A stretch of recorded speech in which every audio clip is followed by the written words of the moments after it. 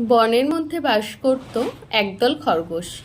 মানুষ, কুকুর, চিল, ঈগল সকলের ভয়ে প্রাণ তাদের ওষ্ঠাগত। সর্বদাই ভয়, এই বুঝি প্রাণ যায় কারো। খুবই দুর্দশায় জীবন কাটছিল তাদের।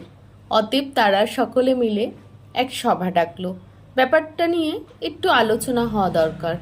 তারা আলোচনা শেষে সিদ্ধান্তে এলো, এইভাবে দিনের পর দিন আতঙ্কে দিনপাত করার চেয়ে একসঙ্গে মৃত্যুবরণ করা শ্রেয়। সকলে সে প্রস্তাবে সম্মতি জানাতে তারা সভা শেষে দল বেঁধে হাজির হলো একটি পুকুরের ধারে।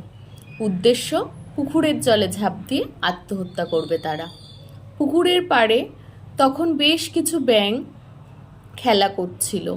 খরগোশের পদশব্দে ভয় পেয়ে তারা ঝপঝপ জলে ঝাঁপিয়ে পড়ল প্রাণের তাগিদে। ব্যাপারটি দেখে টনক নড়ল খরগোশদের।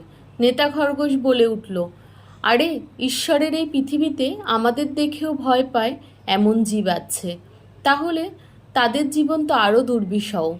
তারা যদি আত্মহত্যা না করে তাহলে আমরাই বা মরতে যাব কেন? সকল খরগোশ সম্মিলিত কণ্ঠে বলে উঠল, ঠিকই তো, ঠিকই তো। এর থেকে আমরা কি বুঝতে পারলাম? ভয় পেয়ে দ্রুত কোনো সিদ্ধান্তে আসতে নেই।